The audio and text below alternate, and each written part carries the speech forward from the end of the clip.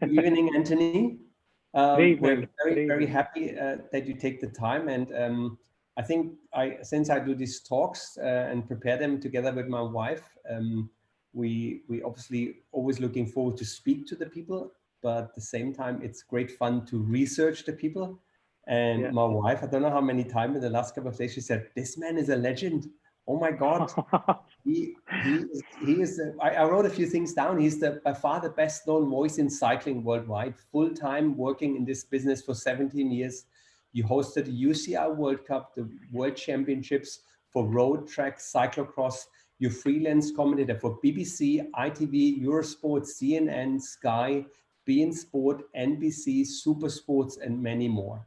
I think that's just unbelievable. I think everybody knows your voice, knows your face when you're on stage and presenting the events. So we're really, very happy to have you here, and I'm sure we're going to have an interesting hour to talk about all things you have seen.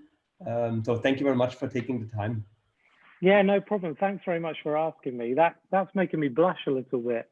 Yeah. All of that list of things, because you don't realize, do you, when you're doing things, you don't realize how much you have achieved, I suppose.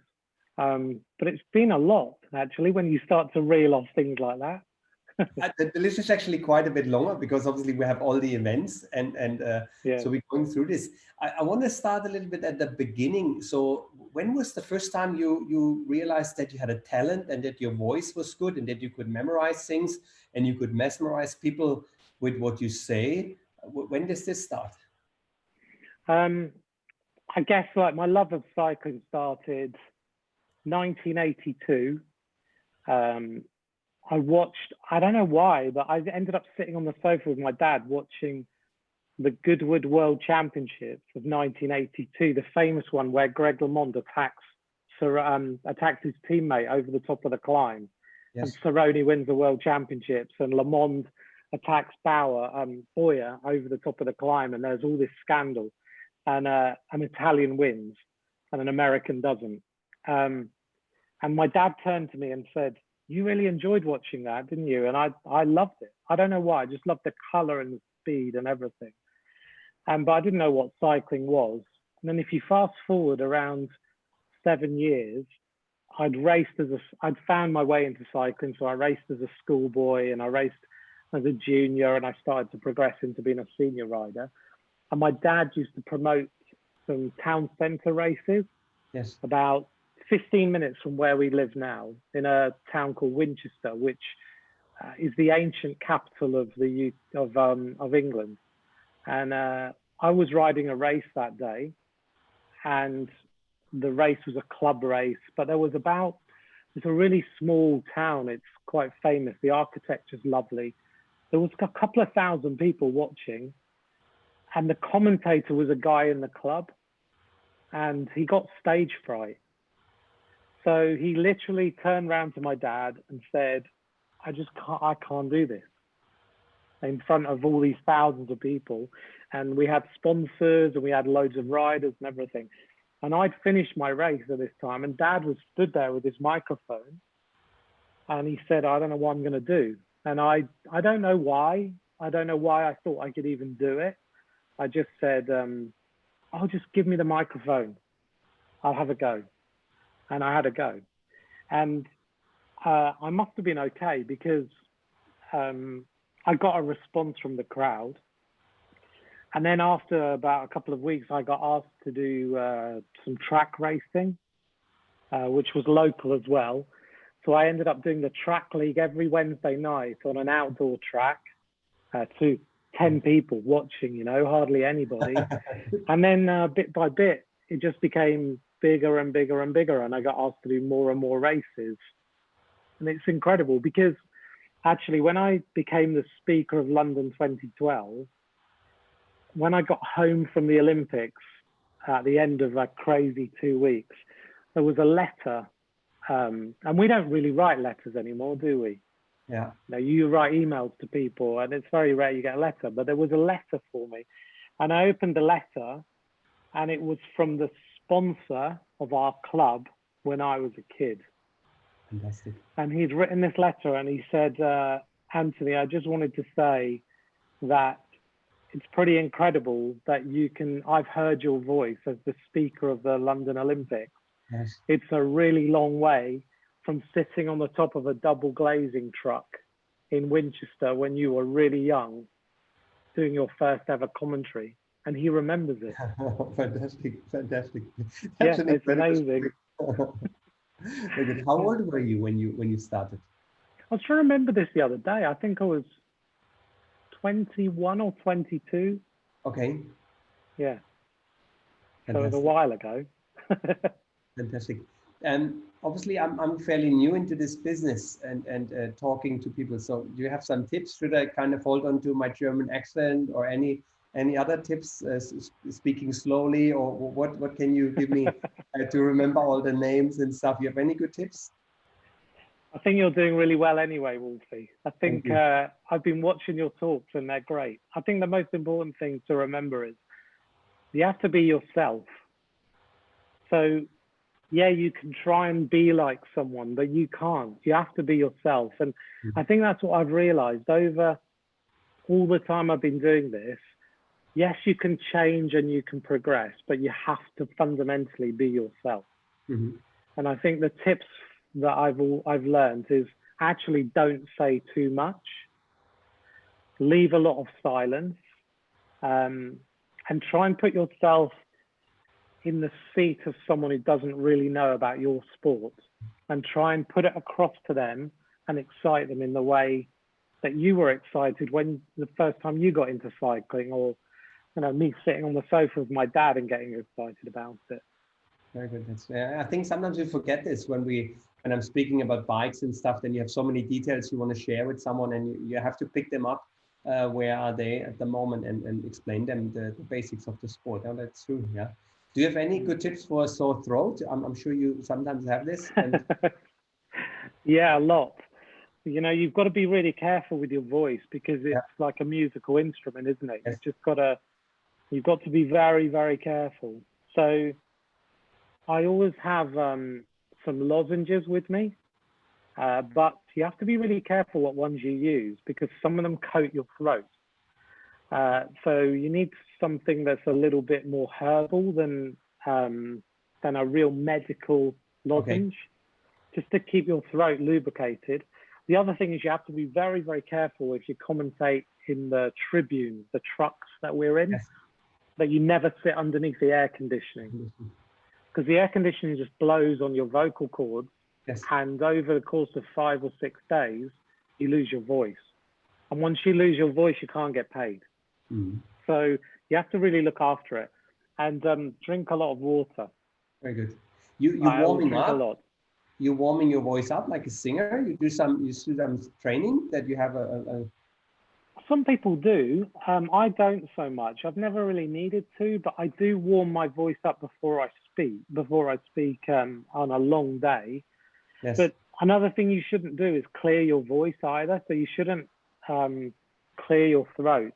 I've always been taught you should hum. So just hum to warm your vocal cords up, and then that way things get better. And also in a long commentary, don't hit it full on at the start. You have to build up. You have a good singing voice? I was good when I was younger. So at the end of the show, we're going to ask you to sing. Pardon? We're going to ask you to sing at the end of the show so you can mentally prepare. Yes. Oh, I don't know if that's a good idea. When you go shopping and you go somewhere, is it sometimes that people really kind of look at you strange and they recognize your voice from, or when you order food online, or not online, on the phone, or you make a doctor's appointment, do people recognize your voice and they? Not so much, not in everyday life. I don't think cycling is so big, that you get to that point. But if I walk into a bike shop or a bike cafe, then yeah. Okay. A lot. They look at you and say, oh, I know you from somewhere. I know your voice from somewhere. Yeah, I know. Everyone looks and then they go, I know your voice. Why do I know your voice? And it's really nice when they realize. Yes, I'm sure. Yeah. Yes, very good. And you said that the passion with cycling came with your dad, and you were cycling yourself. And how did it come that it was cycling and not any other sport? What is so special for you about cycling? Before that point, I was mad on football. Okay. I was crazy about football. I used to play football as a kid for club teams and school teams and everything. But cycling's really different, isn't it? And back in 1982 in Britain, no one really knew what cycling was. You know, no one knew that about the sport in any detail whatsoever. And there were only very few British bike riders. Yeah. But for me, it was the color and the history and the personalities and just the speed of it. And also when you're young and you can go out on a bike and you can just go out for a couple of hours. I know back in the 1980s, I could ride in Britain and my mum and dad wouldn't worry about me going out for 3 hours in the afternoon. And it's that freedom, isn't it? And with your mates and riding in the snow and riding in the rain and going to places. It's just escape, isn't it, a lot of the time? Yes. And it's but in terms of the sport, it's just color and speed for me. Nice. Yeah. And you can do the same. You can do the same routes like the professionals, maybe only at the half of the speed, if ever. But it's nice to get out and relax and everything out. That's nice. Very good. Yeah, yeah. You were commenting the Olympic Games in London in 2012 and in Rio 2016. So I can't even imagine. Olympic Games, I've never been there, and I was planning to go maybe to Tokyo to see this, or ever any chance I will have. But how did you cope with the pressure of obviously such an event and everything is live? And how was this when they asked you to do the voice of 2012 for London? London was really, I couldn't believe I'd done it. Because before London, when London was awarded the Olympic Games, I still had a proper job. I wasn't working in cycling. So 7 years before, when they were awarded the Olympics, I went to a talk in London with a company I was working for, and I was commentating part-time and working for Eurosport in my holidays and all that sort of stuff. And I went to a talk by Lord Seb Coe when they were awarded the Olympic Games. And I remember sitting there and he talked about how they'd won the games and everything, what it was going to be like. And I remember sitting there thinking, this is it, I have to work on the Olympics. There has to be a way that I can work on the Olympic Games. And if you fast forward to 2011, the first opening of one of the stadiums for the Olympic Games was the velodrome. And when the velodrome opened, I introduced Lord Coe live on TV to open the velodrome. And I remember walking to the station to get the train into London that day, or the night before actually. And it was me, and at the event there was Vicky Pendleton, Sir Chris Hoy, Lord Coe, Boris Johnson actually, who's now the Prime Minister. It was all of us who were opening the velodrome. Excuse me. And I remember walking to the station, I burst into tears. Walking to the station. Anyone who saw me must have been thinking, what is this guy, what's wrong with him? Because I realized, suddenly the emotion of realizing that the dream I'd had many years before was about to happen. And I was about to introduce the opening of the London Velodrome that was ultimately going to be the gold factory that it got called a year later. And that was amazing.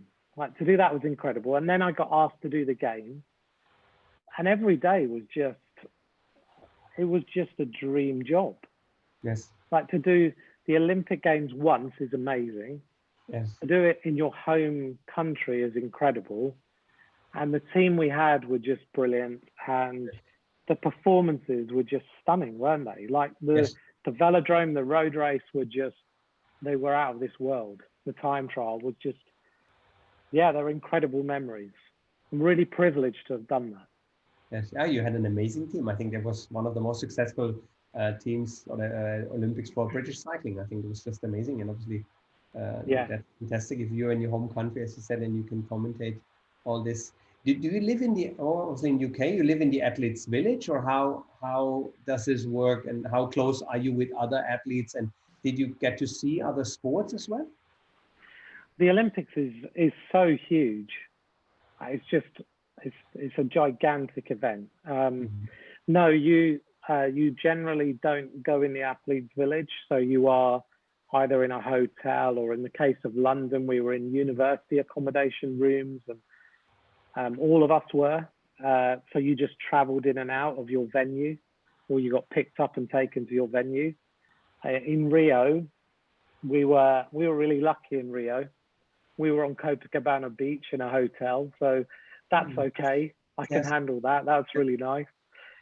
So we used to run in the morning on Copacabana Beach and then go to the velodrome or go to the venue. But you don't really go in the athletes village, not at all. Did you see any other sports events? In Rio, we went to a couple. So we went and watched some tennis. We went to watch beach volleyball, which was incredible. In London, no, not so much actually, because it's really tight. You have this accreditation, your pass, which is like gold dust, and no, you can't go into other venues unless you're invited. Yes. Or you're given that pass. Nice. Sometimes you get to be invited to quite special things. So when in Rio, I have two in particular. The night of the time trial, Kristen Armstrong, who won the gold medal for the USA in the time trial, she messaged me and invited me to her celebration in the USA house. Wow. Which was like, wow. And I have a lovely photo with her. And she just said, I just want you to be there because you announced me as the winner in London and you've announced me in Rio. Fantastic. And then the other one was Fabian Cancellara invited me for a glass of wine to celebrate his time trial win as well. Oh. And you're like, why? That's really lovely. And again, it's because he said, I want to remember because you announced me onto the podium. Very nice. So they're beautiful moments, Yes. Is there any other moment you would remember from 2012? Any sports event which you remember vividly from the games? There's a few. I think I can still visualize Marianne Vos and Lizzie Deignan now coming round the corner on the Mall on the first day of the road races. And I can still see the sprint because it'd been pouring with rain and it was horrible. And I guess it was your first call of the win of an Olympic medal ever in the Olympic Games. So that always sticks in my mind. And I always say, if I see Lizzie, I kind of sometimes remember her of that because that's a really special moment. I think there's one race in particular on the track, which is Chris Hoy beating the German rider, unfortunately. They were going together in the Keirin round the bend, and Chris Hoy somehow just manages to pull ahead, and he wins that medal. And then, of course, who can forget Bradley Wiggins winning the time trial? Yes. Because that in Britain, that was a huge day because he'd won the Tour de France. Yes. And then he won the time trial in the Olympic Games. So it was an absolutely crazy day. Everyone was walking around with sideburns. You remember he had sideburns? And they had, one of the newspapers had done cutout sideburns for you to wear on your face. So everyone was walking around like that. The crowd was crazy. And those are the three moments that stick in my mind. I remember the big chair he was sitting in, waiting to get crowned Olympic gold, and he was waiting, and amazing, fantastic, fantastic. Another big milestone is obviously your relation with RCS and all the events in Italy. So you were the first English-speaking commentator for Milan San Remo, and not only this, as well for Giro Italia. Yeah. Wow. And that's another moment where you go, how did that happen? Yes. And funnily enough, how it happened was really unusual, because I remember sitting in the garden and I got a phone call from a promoter of a race who was promoting the Tour of Beijing. You remember the Tour of Beijing in China? Yes. And I was booked to do another race. And Lorraine said, just go, like, you have to go. You have to take that opportunity. So we managed to like get out of the race I was doing, which was a one-day race or something. And I went to Beijing. And then every day at the end of the Tour of Beijing, this guy used to come up to me and say, "Oh, well done. That was really good." And then at the end of it, he gave me his card and said, "I'm going to give you a call." And it was the Michele Accaroni who took over as the head of the Giro. Yeah. And between him and Mauro Vegni and their team, they decided they wanted to have an English-speaking commentator or speaker as the speaker of the Giro, but they were really worried about doing it because, you know, obviously the Giro is the Giro. It's Italian, it's passion, it's an Italian race. Like, there is no English. And they invited me to Milano San Remo and they said, "Let's test you out." And I'll never forget the night before, because not many of them spoke much English, and I definitely didn't speak any Italian at that time. And Giusy, she's the head of, you probably know Giusy, she's the head of the sport team in RCS. And Mauro Vegni, who's the race director in the UAE, and he's the race director of the Giro, he came over and she translated for him. And he said to me, "It's really nice to meet you. I'm going to listen to everything you say tomorrow. And if you have no passion, and if it doesn't work, it's been really nice meeting you." No pressure. No pressure at all. And I went to sleep thinking, wow, this is pressure. And the next day at the end of Milano San Remo, he came up and said, "Well done. We'll be in touch." And then, yeah, I've done 8 Giro d'Italia now as the speaker. I can imagine, listen, Giro Italia is maybe, the Milan San Remo is maybe one of the hardest things to commentate, because it's like 300 kilometers. Yeah, it's the beginning of the season. You don't really know. There's not much stories. And then it really goes down to the last 30 kilometers. And then is when the action is happening. And you have like 300 to 270 kilometers to cover with anecdotes and stories about all the riders. You maybe even the race radio is in Italian. So that is who won the first year, you remember? When was that? The first ever year I did. Gerrans, I think. Yeah, it would have been. Okay, yes, okay. Yeah. That was a fantastic. And then do you remember the year when we had the snow? See, because on Milano San Remo, I'm the speaker. So what we do is we do the start of the race in Milano, and then we drive to San Remo. Okay. And we commentate. You know, when you look at the gantry of the Giro and Milano San Remo, there's a little cubicle in the corner. We're in that cubicle on the finish line. Yes. We commentate on about the last 60K live to the crowd, and we build the crowd up. And so we have to get 300K from the start to the finish. And you remember the year in Turquino Pass when the snow happened? Yes, we've had to do things like that. We've had to drive through the snow. We've had to get to the finish. You know, it's an amazing race to be part of. It really is. Yes. You know, that year, of course, Gerald Cholek won. He had a winner. Yes. This is unbelievable. If you ask people to get into the car once they're kind of frozen stiff, and then kind of you warm them up for a few minutes, get them fresh clothes and maybe a bit of warm tea. But I can imagine just the pain they must have had in their bodies halfway getting warm and then getting back on the bike. And then Giolek winning that sprint when nobody would have thought about it. And yeah, just an unbelievable event. Yeah. Everybody saw that Sagan was there. And then Giolek suddenly makes that move and wins. Fantastic. Yeah.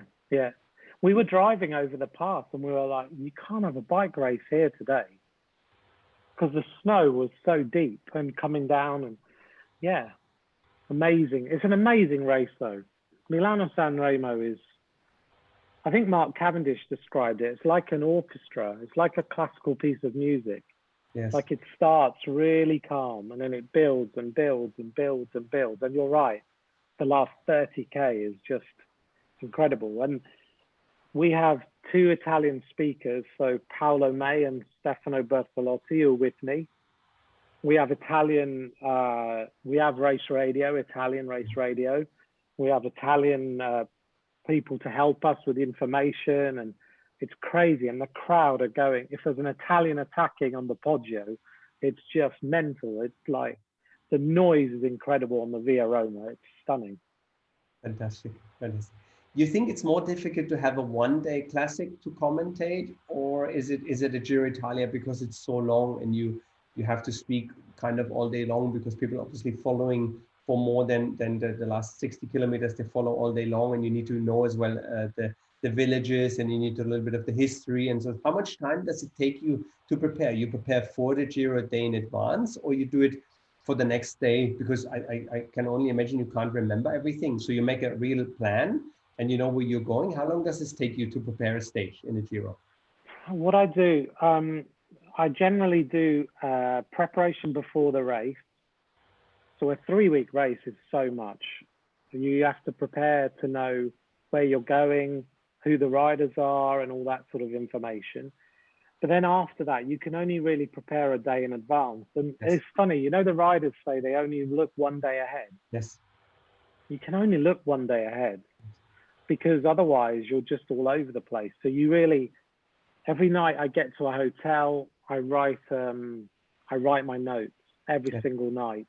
I never leave it to the next day because something will happen. So every single night I write my notes, like who's won the stage the day before and where we're going and where the towns are and all the information. Because then you go to sleep and you sleep better, and then you know that you're going to be all right the next day.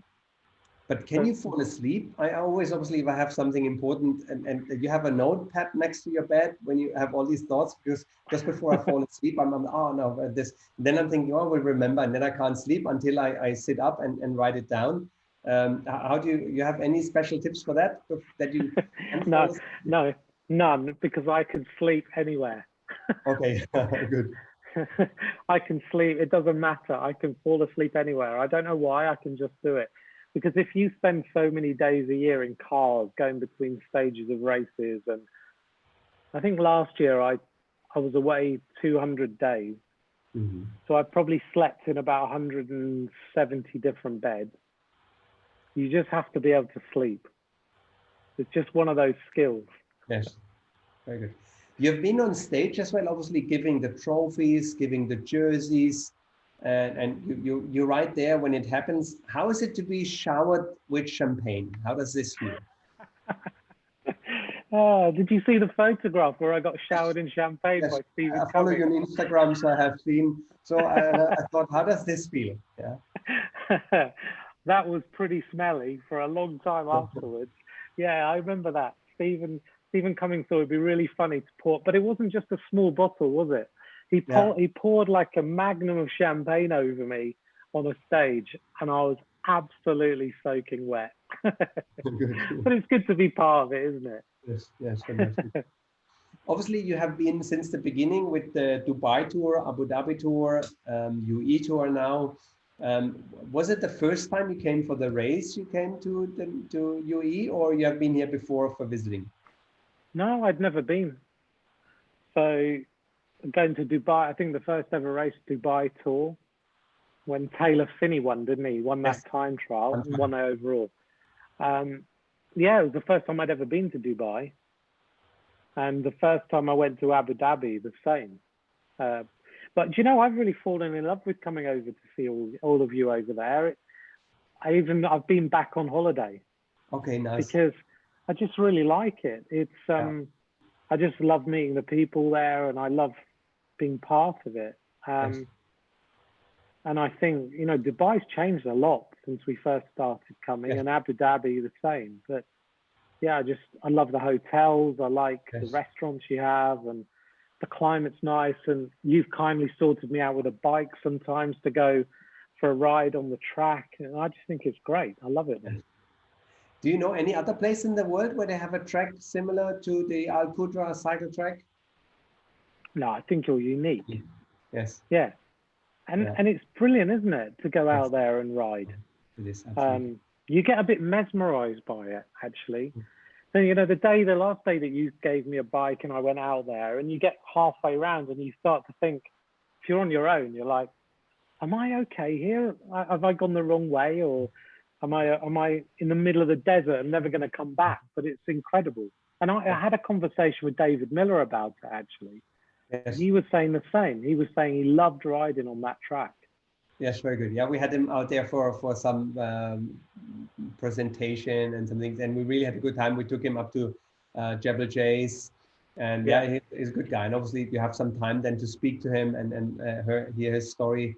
And the track is good. And I've been there with a lot of the pro teams and riders just to show them the track, especially in the early days. And I remember that everyone was doing selfies and pictures and going around in Maidan with Marcel Kittel. And I think every round we did, he took another picture of Burj Khalifa, because when the sun changes, then the light reflections are different.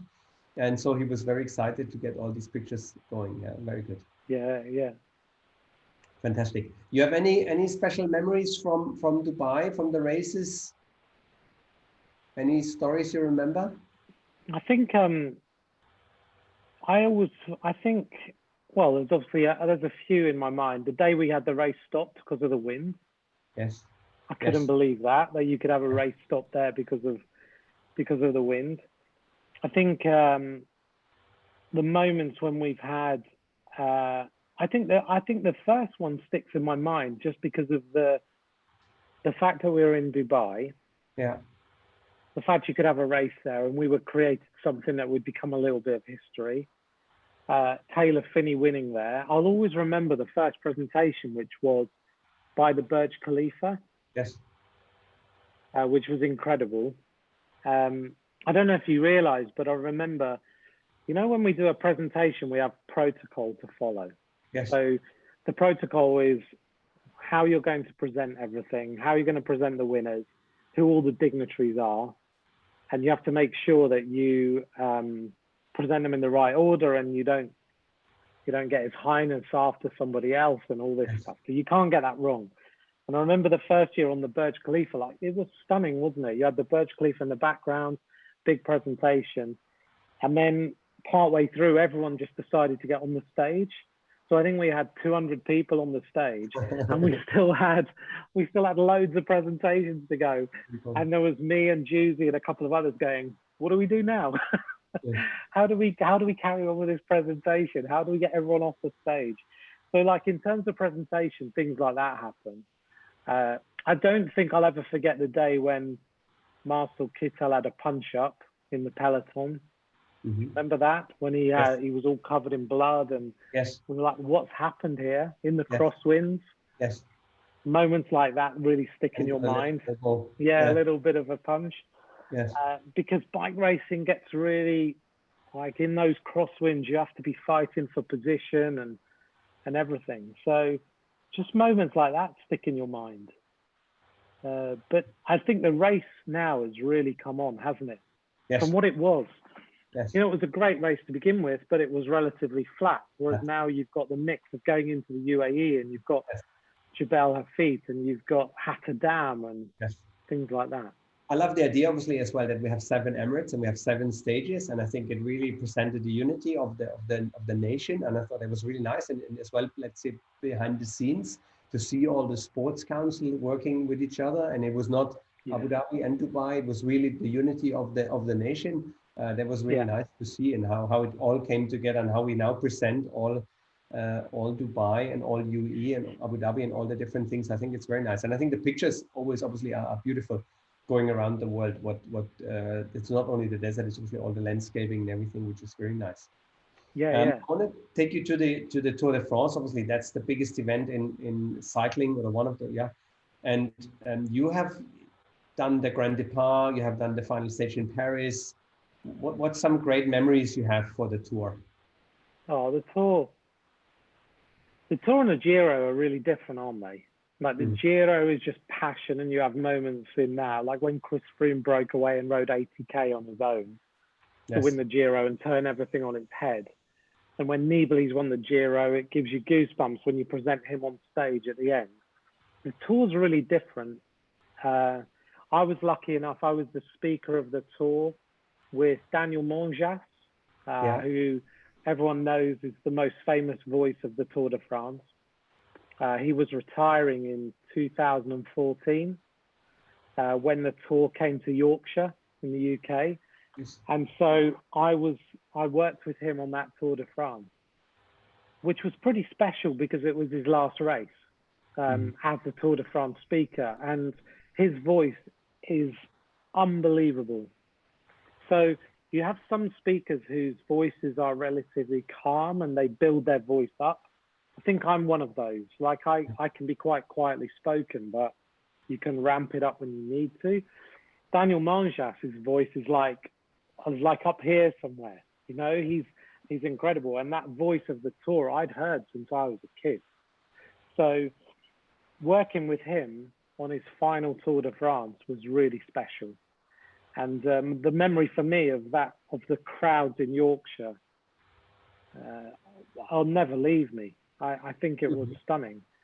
I'll always remember the night before the first stage, we were told you need to be on site at 6 a.m. in the middle of Leeds.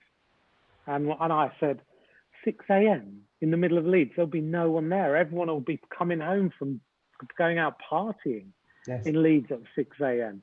No one will be. And I remember arguing about it with the person who was directing us. And why don't we just have another hour in bed? Like, and we'll be even better than we will be if we have to be there at 6. Anyway, they wouldn't give up. So we had to be there at 6. And at 6 a.m., we walked around the corner. It was already full of people. And we were all stood there going, wow, this is going to be something really special. And that day was incredible because you had the peloton rolled out. The crowd was just off the scale. They stopped at Harfield House and they were presented by Prince William and Kate and Harry. And they cut the tape and everything happened. And then they had all those helicopter shots of you just couldn't see anything, could you? There was just people or riders.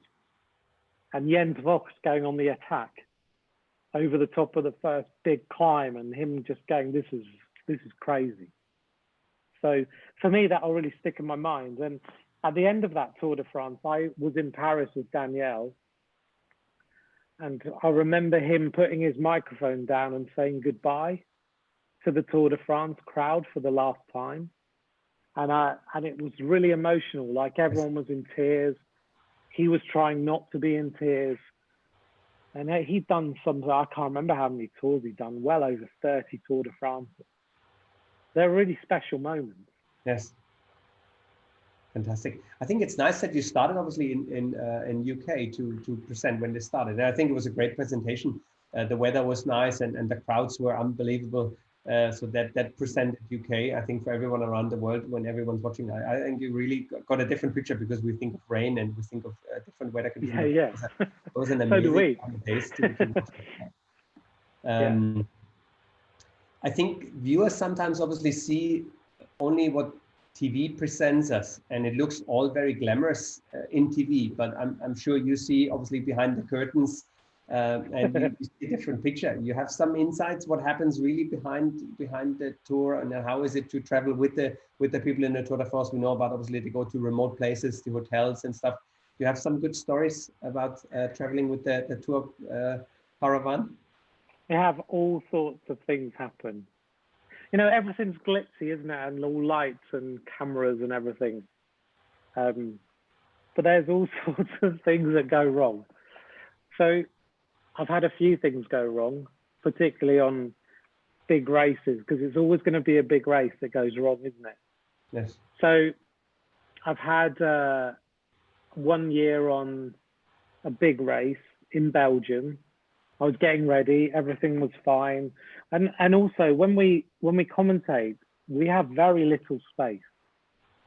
So we are the amount of space between you and the next commentary team in the tribunes is tiny.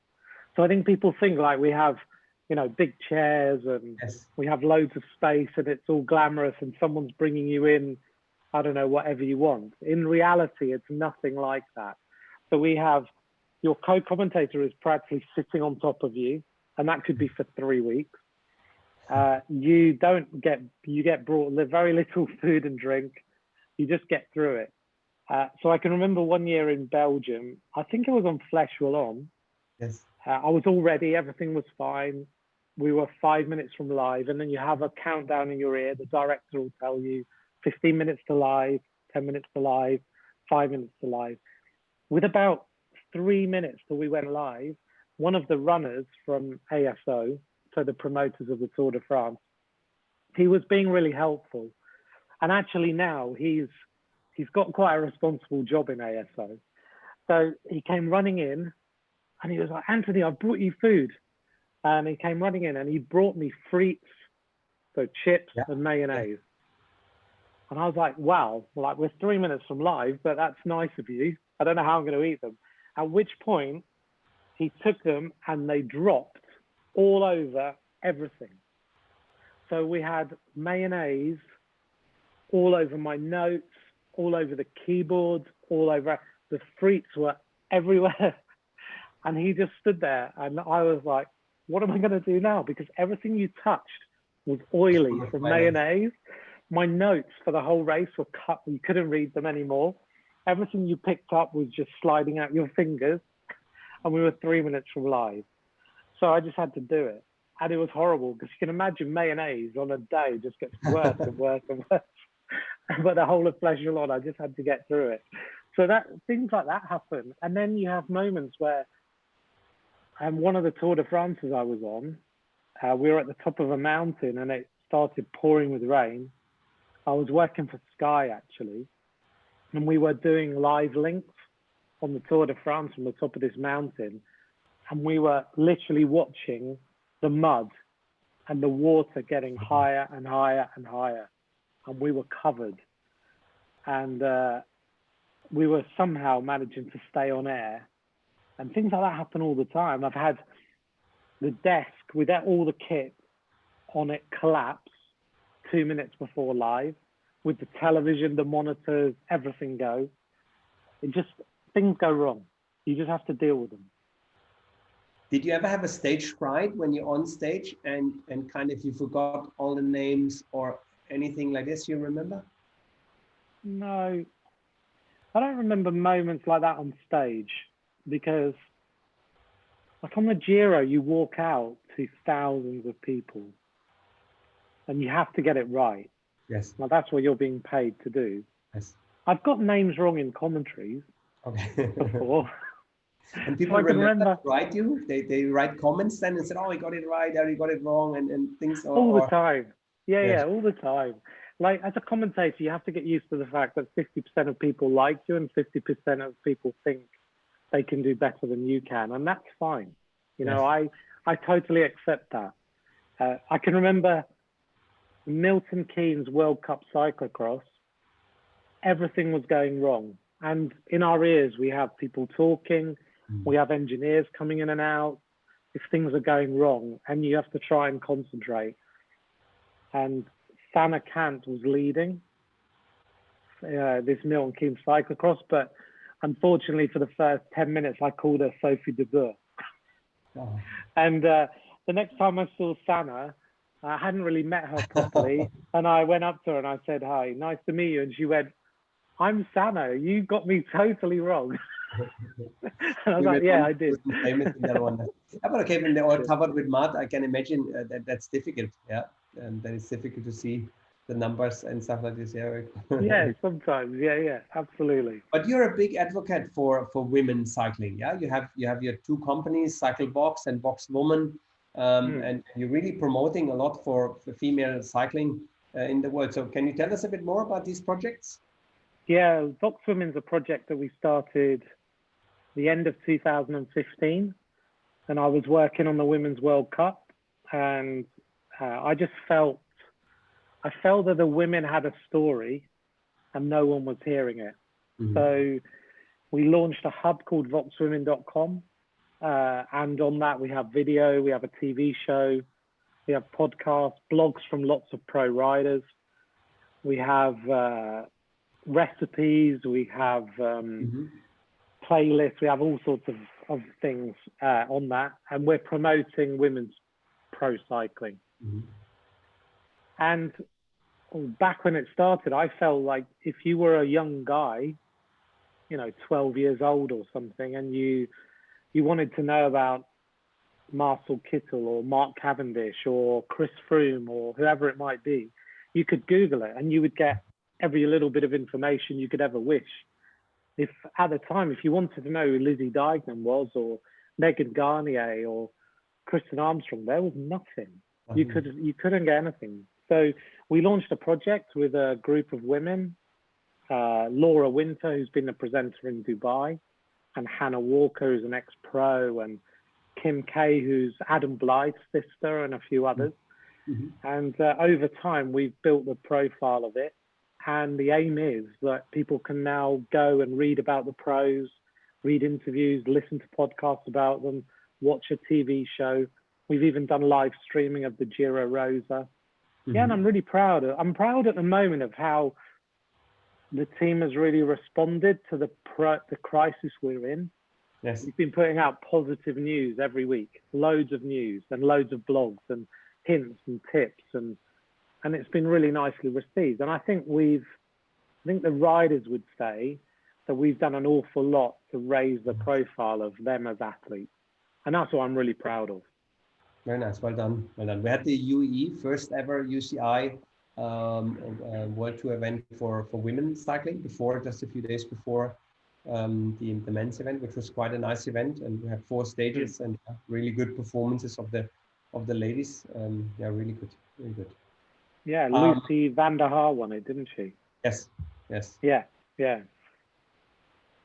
If you would pick 3 races you have commented on, and these would be your highlights of the season, do you have anything which sticks out that you say this was one of the biggest stages or one of the biggest races I've been blessed to witness? So the top 3 races ever that I've witnessed. Wow. Okay. Things that stick in my mind. Mark Cavendish winning the World Championships in Copenhagen. Because as a British person, seeing a British rider win the World Championships for men was unthinkable. Yeah. And that was incredible. And actually afterwards, I was with Rob Hales and Simon Brotherton, who's the commentator for the BBC. We pulled the finish line up. And it was all covered in tar, like it stuck to the ground.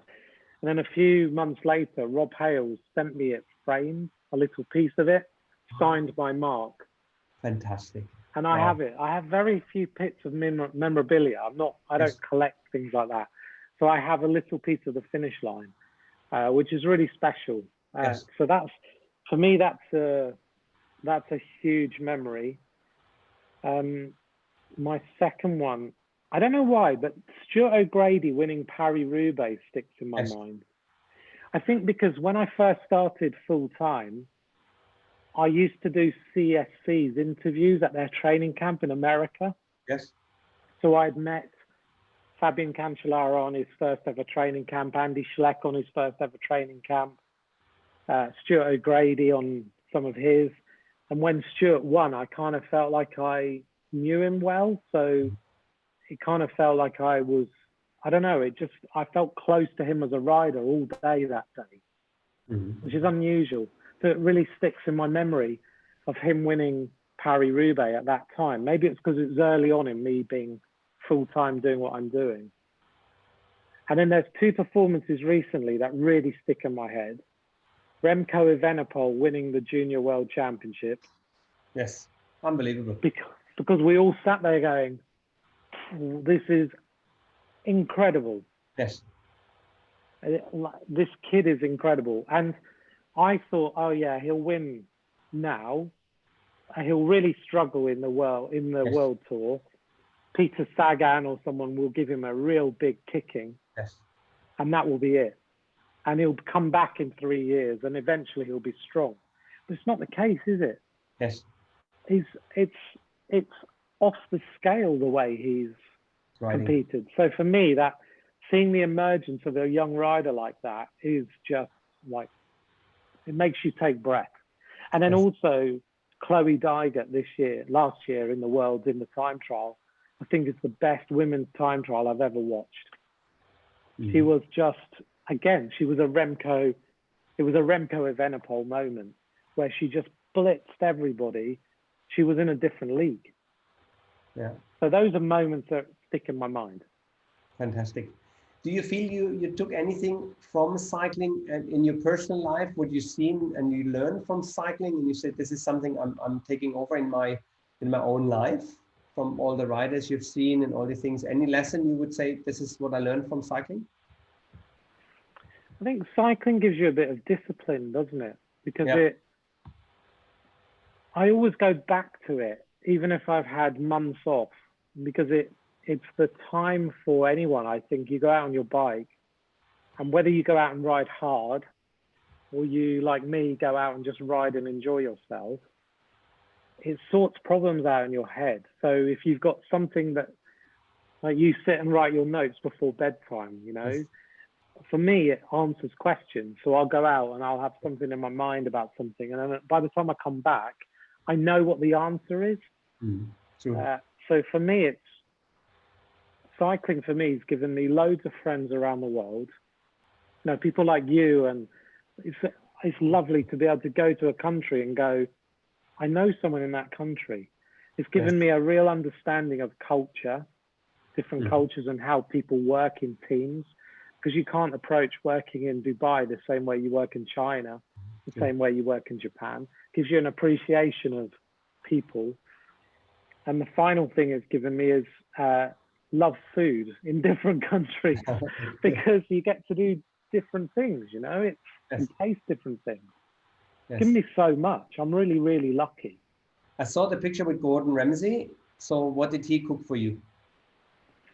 That was at a charity event recently, and he cooked for 200 people, and he cooked a mix of different things. Actually, I probably wouldn't eat what he cooked now. So beef was the main course, because in the last few months, I've not been eating a lot of meat, because I watched that Game Changers program. And it made me think, I don't know. So he cooked beef, and he had a dessert of chocolate, you know, like very traditional British stuff. But his food was amazing. Yes. Yeah. And he's big into sports as well, triathlon and cycling and everything. Yeah, so it's good. Yeah. Yeah, I think he's hugely into triathlon, and he rides a bike a lot. I think when he comes over to Dubai, he rides a huge amount and runs a huge amount. Do you get time to ride? Do you still have time to ride your bike? When I'm working on tours and things, never. Because and it's mad, isn't it? You're surrounded by the best bikes in the world, best teams in the world. You just don't. So I run or I work out. But whilst we've been home since I came home from the UAE, I've been on Zwift every day. Okay. How many bikes do you own yourself? N+1. No. How many bikes do I have sitting around here at the moment? I've got 3 out here, 4 or 5, 1 in storage, 6 at the moment. Good. And you have any special wardrobe? How many jerseys? Any special kit you have in your selection of clothing? In terms of kit that's been given to me, or just kit I like to wear? The only jersey I have signed is because I don't know what for me, I'm there to put the athletes where the athletes deserve to be. I don't think I should be part of. Do you understand what I mean? Yes. I never ask the riders for a signed jersey or anything. Never. The only jersey I have is Mark Cavendish's signed jersey from Team High Road. Okay. Up on my wall in where I ride Zwift. That's the only signed jersey I have. Very good. This is funny. Almost every talk we talk now about this High Road team, and this is a special team, yeah. That was a special team. Yes. Funny enough, I had somebody commenting on the video with Tony Martin, and he's making now these little race stops. where you can pin your number onto the jersey. And he was the person, Jason Berry, he was making the movie with High Road, and he commented under the video on YouTube. And I thought, oh, I love that movie. And now we knew each other from before, but we didn't know about the movie. And he sent me now a copy of it. And it was just kind of an amazing story, how small the world is in cycling that you get so many people. But how many good riders did they have? I mean, they had so many good riders. Yes. Yeah. And I think what made it really interesting for me was obviously that movie they made and really looking behind the scenes and feeling that team spirit and with Tony Martin and with Mark Cavendish and all these riders being in the team. It was just an amazing movie and fantastic story behind the scenes view. Yeah. You've been following races obviously around the world, and you traveled around the world. And what's the best place to cycle except maybe being home? But is there any place which sticks out for you where you say, listen, that's an amazing spot, and I would, if I could choose, I would go back there and ride my bike? Mallorca. Mallorca. Okay. Yeah, in January I tend to go to Mallorca. The season's quiet, so there's not much happening. So I go to Mallorca, I spend a month there, rent an apartment, and ride every single day. Fantastic. And I have a good friend, and it's the only time, Wolfi, when I can get fit at the beginning of the year. So I have a good friend there he was the founder of Rouleur magazine. Yes. Who now lives there with his wife. And him and I go out. He goes out every 2 days, and I go out every day. And I ride with the guys from the Rafa Cycle Club there, and I go out with Guy and I ride with him, and I do loads of kilometers. And you see a lot, and actually it's a really good place to go for me because you bump into pro riders and find out how they're getting on. Tony Martin goes there a lot. Yeah. He was staying near us in January. You see him out training. You see a lot of the pros out training. It's really, and the roads are amazing and it's quiet. Yes. And the food's great. The cakes are brilliant, and I love it there. Very good. And especially with cycling, then you can eat, then you can really enjoy, and you don't have to really care what you eat, or in a way, then the calories don't really count if you put them out. No, they don't, do they? No. I have a few quick questions, and I just want to kind of just get your one answer. So the greatest cycling of all time, the greatest cyclist of all time, what do you think was the greatest ever? Wow, the greatest ever. I still think it's Merckx. Merckx, yes. Yeah, because no one's really matched what he's done. So in terms of who is the legend, Merckx. For me, who do you get starstruck by? Bernard, Mm-hmm. I remember being in a lift with him in Japan at Tour de France Criterium, and I was like, wow, this is Bernard Hinault. Because I grew up watching him in the Tour de France. But for me, Hinault was just incredible the way he rode. But Merckx is the legendary rider, isn't he? Yeah, amazing. Yeah. Who do you think is the greatest sprinter ever? I think it's really hard to say Mark Cavendish isn't the best sprinter that's ever been. How 30 stages of the Tour de France, 15 stages of the Giro, win a Milano San Remo, win a World Championships, green jersey Tour de France. I mean, you cannot. How can you argue against him? Yes. No, fantastic. No, fantastic career. Yeah, and a very nice guy. I had the pleasure to meet him a couple of times here in Dubai. Really good, really nice. Yeah. And who is then the greatest lead out man? Is it then Mark Renshaw? Is Mark Renshaw the best lead out man of all time? I'm not sure he is. Yeah. I think he's up there. Yeah. For sure. But I think some of Cipollini's lead out men were as good. Yes. That train that Cipollini had was stunning, wasn't it? Yes. When you look at the way they used to lead him out. Establish this concept of having a whole team around one specific person. Yeah. I love that picture of Mark Renshaw and Mark Cavendish on the Champs-Élysées when they both celebrate having I thought that was just make it so special, that win and that picture, and they were in that yeah, that somebody got to take this picture. It was just amazing. Yeah. Yeah, The yeah, I greatest agree. climber, I agree. the greatest climber of all times.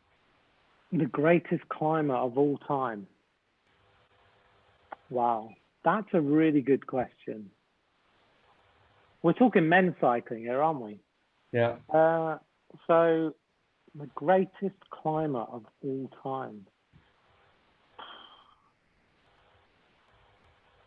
I don't know, actually. There's so many Who would good I ones. say? There's so many good climbers. See, because I grew up watching Robert Miller Yeah. as the best climber in the Tour de France. You know, for me, Robert Miller in the polka dot jersey was like, because he was British, so you kind of Yes. wanted him to Yes. win the Tour. We But can give him apart the from that, title. I don't think he's the best climber of all time. Do you Yes. know, I think we're going to see the best climbers of all time coming now. Yeah. Because I think it's going to be really, really hard to not see riders like Egan Bernal be the best climber of all time. Yeah. You see any other talents coming up? Who's the biggest upcoming talent in cycling?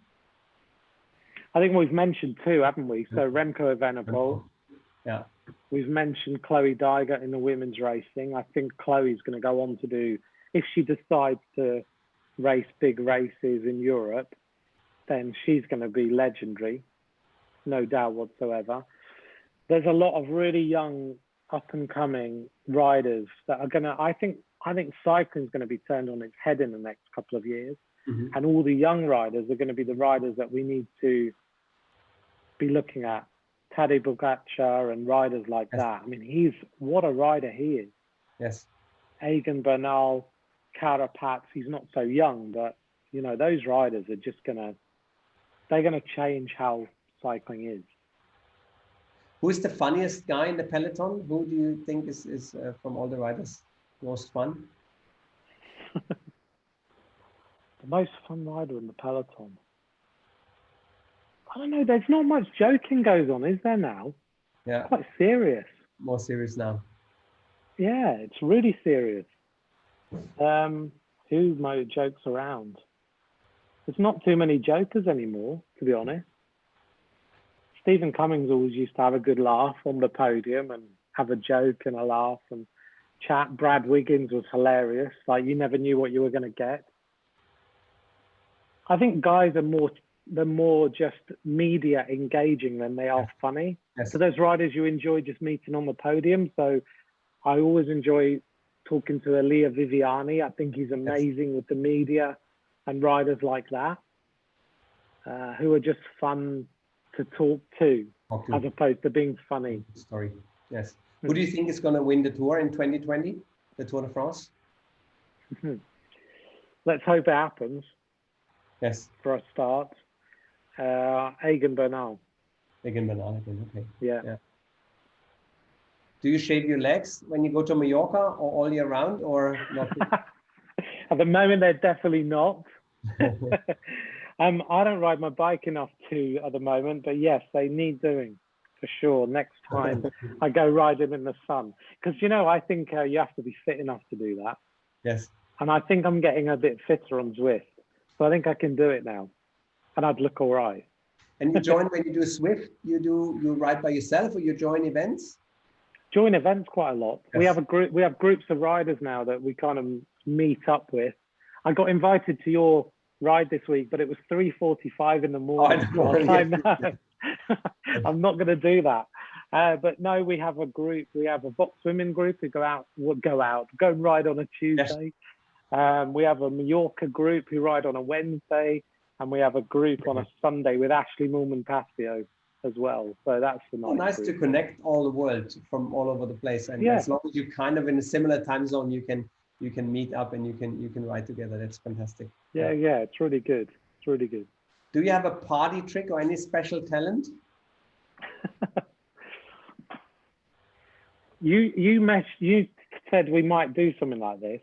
You know when you go to like some dinners.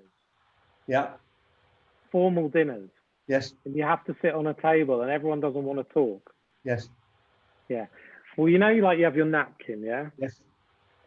So there's always been a little trick that I've got on with a napkin. So as you're talking to people, you can fold it, yeah? So you fold it a little bit like this. Yes. Okay. And then, because people on tables at formal dinners don't want to talk at all, and they're trying to shout across a big group of people. So if you just want to get everyone smiling and have a little bit of a laugh, then as long as it works, which I hope this will, then you can fold it and pull it together and make a chicken out of it. See? Yes, very good. Yeah, very good. Yeah, you have that chicken. It's a chicken with a broken leg, but there we go. A chicken out of a napkin, huh? Does that work? Okay. So you said you bring your own food. Yeah, and then you get everyone around the table to do it. It just breaks the ice. Very good. Fantastic. Thank you.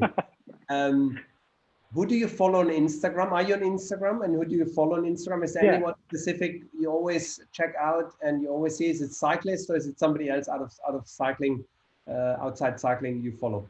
Yeah, I'm on Instagram. And I think Instagram's great, isn't it? Because it's just a bit interactive and it's really visual. And as a commentator, you want visual stuff to look at and learn about. I follow a lot of riders. Yeah.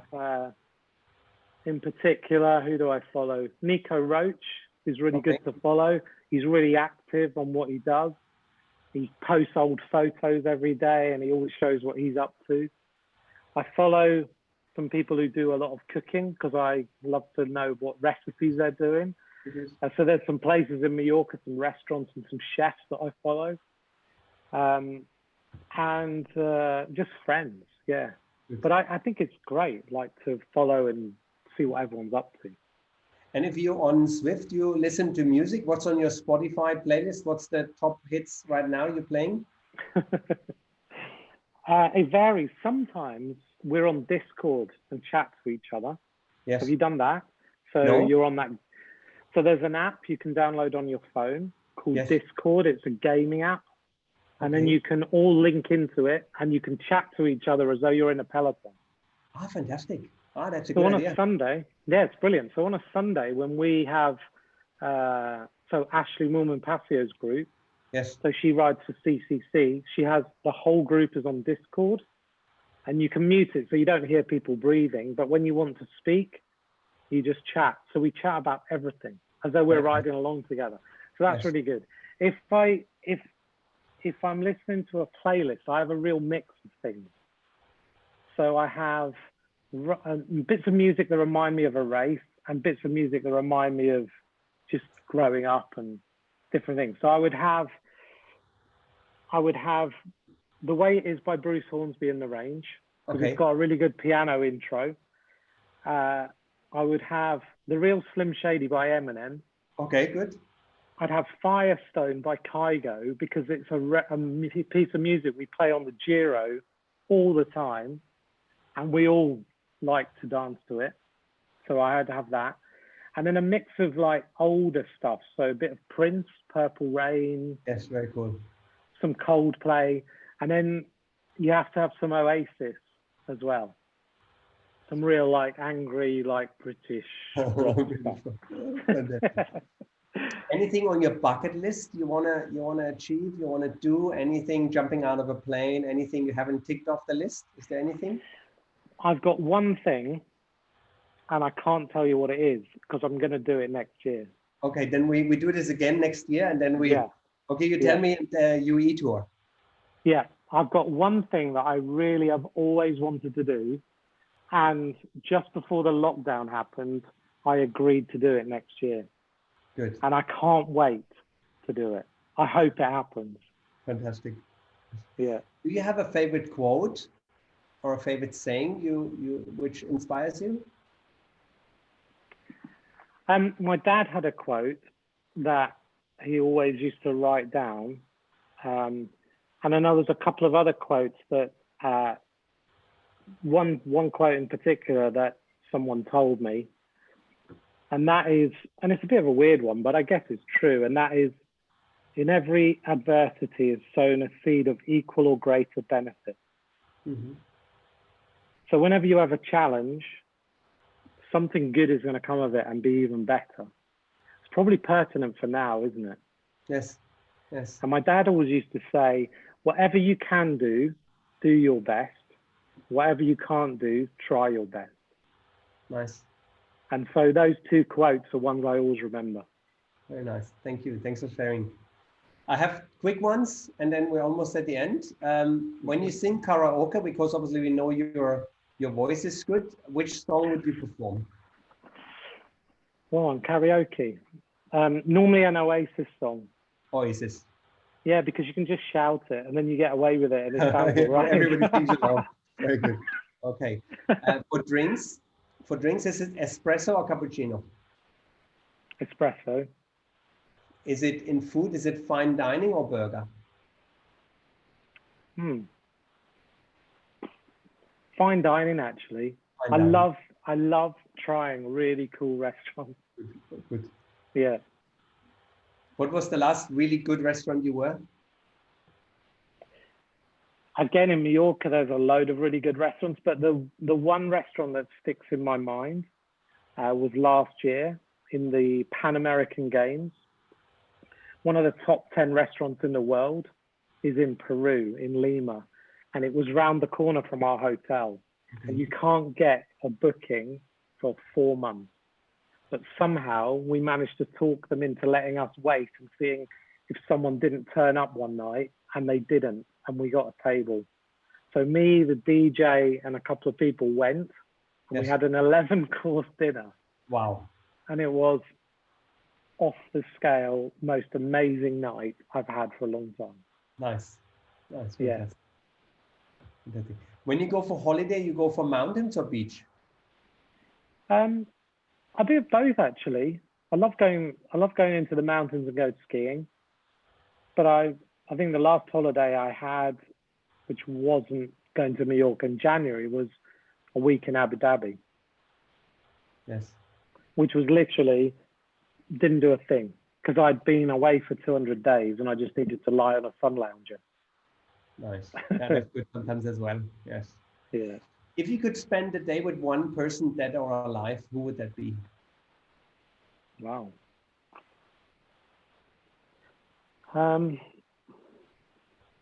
That's a really difficult question. Barack Obama. Okay. I just think he's a really interesting person. Yes. I think he'd be, I just like to understand what went on in the White House. Very good. Yeah. Or Nelson Mandela, if not. Yes, we had him before, Nelson Mandela. Yeah. Rolf Aldag mentioned Nelson Mandela. He's in South Africa right now. Yeah. Very good.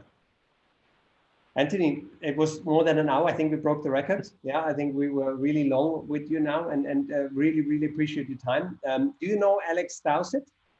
I know Alex really well, actually. He called me about 2 days ago. Okay. Yeah. Is he your next guest? Yes, he's going to be on Friday, okay. 7 o'clock. We're going to speak about 1 hour of his life, in particular when he was going for the world hour record. And yeah, that's going to be this Friday. Thank you so much for the time. I think it was really incredible. I was expecting it to be nice, but I think we had some really, really good insights in your life and in the back of the tour, and about talking about all these amazing events. So I'm really looking forward to see you coming back to the UE and listening to all the stories you have to tell us during hopefully Tour de France and all the other events coming up. And I think you do something really special, and I really want to acknowledge you for this, because I think what you give to people is not only watching the races. I think you really give this depth of information, and you make cycling just this extra little bit of special. It's already a special sport, but I think with all the stories you have to tell and with all your knowledge, you make it extra special for all of us. Thank you. Thank you very much. And thank you for making me so welcome when I come over there. I really appreciate it. And thanks to everyone for your time. Thank you. Thank you. Thank you very much. Have a good evening, Anthony. Yeah, stay safe. Bye-bye. Thank you, everyone. Bye-bye. See you next Friday. Bye-bye.